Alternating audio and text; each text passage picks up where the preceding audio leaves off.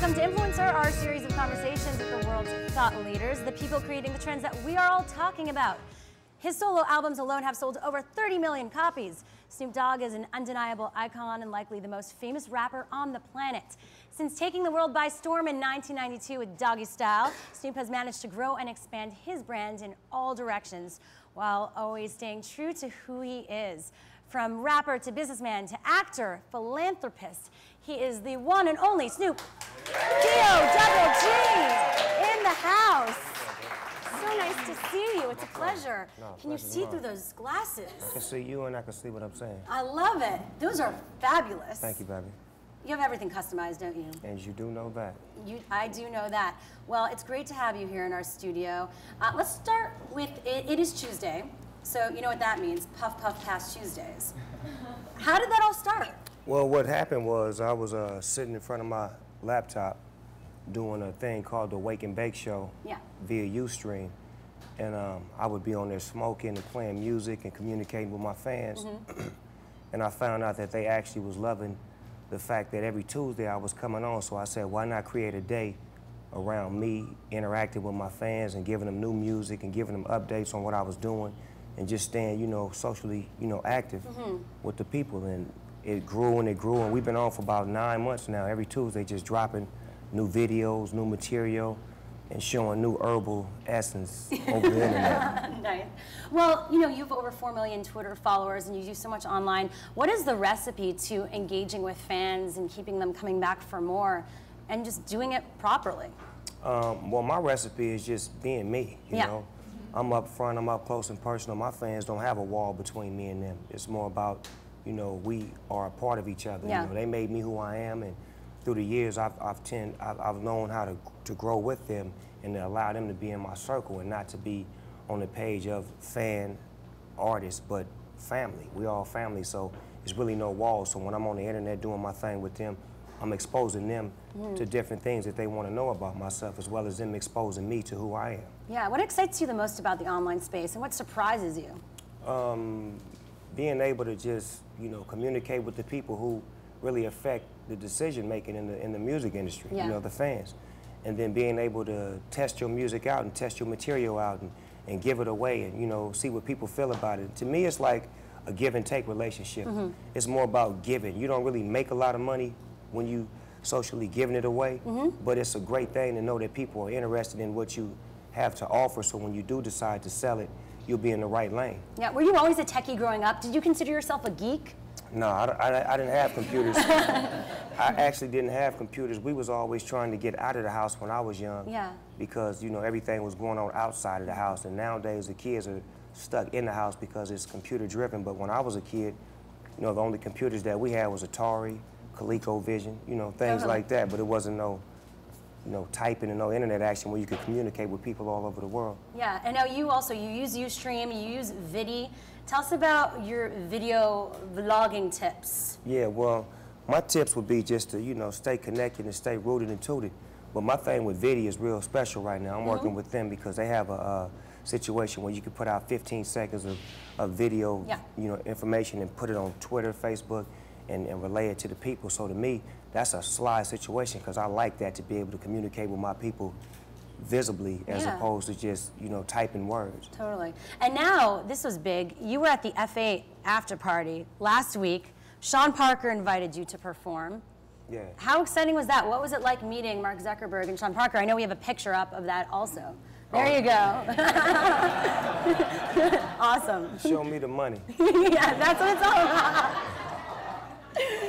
So what is it like for you meeting these people? In many people's eyes, these guys are icons. To me, it's a blessing, you know, because to be able to walk in the presence of people who, you know, others look at as icons or big fishes in a small pond, you know, to me, they just people, and we just connect, you know what I'm saying? We have a good time doing what we do, whether it's making money, partying, making music, whatever it is. It's a connection between people who have successfully made it in this world, because we have come from so much struggle to where when we finally make it, we are happy to celebrate with someone who has the same story as us. So we identify with each other. Did they give you any advice in terms of how to be a great entrepreneur? No, not really, but I would like to get a little bit of that money from them. And I'm pretty sure that would help me, you know, to learn how to be a great entrepreneur. Did you give them any tips on how to be a hustler? Yeah, I told them to put me in their next situation. You know, be an investor, right? Exactly. You're like, tell me when the big idea's coming up. Yeah, cut me in or cut it out. So tell us a bit about You Mentary, your latest album, and how it's different from your other work, how it's evolved. You Mentary, my 11th solo record, was just a journey on where I've been, where I've come from, and where I plan on going to. And the difference between this record and my other records is that I'm like at a point in my career where I could just call it quits, or I could continue. And I feel like, you know, reflecting back on where I come from helps me want to continue on. And that's what this record symbolizes. That's why it's like a documentary, but I'm the dog, so it's a documentary. And it's just actually documenting me, you know, in my career and where I'm going. Yeah, and what continues to inspire you? Like, I mean, where do you get the inspiration for your new sounds and all your new projects? My kids. Yeah. I got interesting kids. My kids, my boys, my two boys, they real hip-hop orientated. My oldest son, I call him Spank Khalifa, because he like Wiz Khalifa all over again. Yeah, you're actually working with Wiz on a new movie, right? Yeah, we have a movie coming out it's Mac and Devin go to high school. Yeah, we go to high. Hi! Oh, I get it. I thought it was like a Disney thing. Nah. We go to high school. It's got a soundtrack and a movie that's coming out, you know, later on this year. Me and Wiz Khalifa, we had a great time working together. Our friendship grew because of my son. My son turned me on to his music, and we became friends, and we started to work together. But like I say, my kids keep me fresh because they always let me know what's hot and what's not. If I walk by their room and I don't hear none of my music playing and I hear what's going on, I'm trying to figure out why I'm not getting no airplay in their room. And they giving me the information. Look, Pops, you ain't rocking like this. You don't spit like that. And, you know, my daughter, she's trying to sing now, so she's giving me information. And she's here today performing. Oh, wow. How exciting is that, right? Now that's what a treat. How exciting is that for you to see her, you know, growing like that in this business? Does that worry you? Nah. That she's jumping into this? Nah, because my daughter is strong. She's built with what I'm made of, so she's a real strong soldier. And, you know, what I really love about her is that when she couldn't sing and she didn't have the chops, she didn't give up. You know, she pushed herself and she wanted to go get vocal coaching, and she wanted to try to better herself and learn it and, you know, master it and perfect it. And I feel like she's to the point now where she's ready to show the world that, you know, you can do anything if you put your heart, mind, and soul into it. She's a sweetheart. She's 12 years old. She's awesome. Now we have some questions from our online audience. Okay. Seth Odell asked, I'd be interested in his thoughts on the death of Troy Davis and the realities of the death penalty in the 21st century. I hate the death penalty. I lost a friend, Stanley Tookie Williams, to the death penalty. Yeah.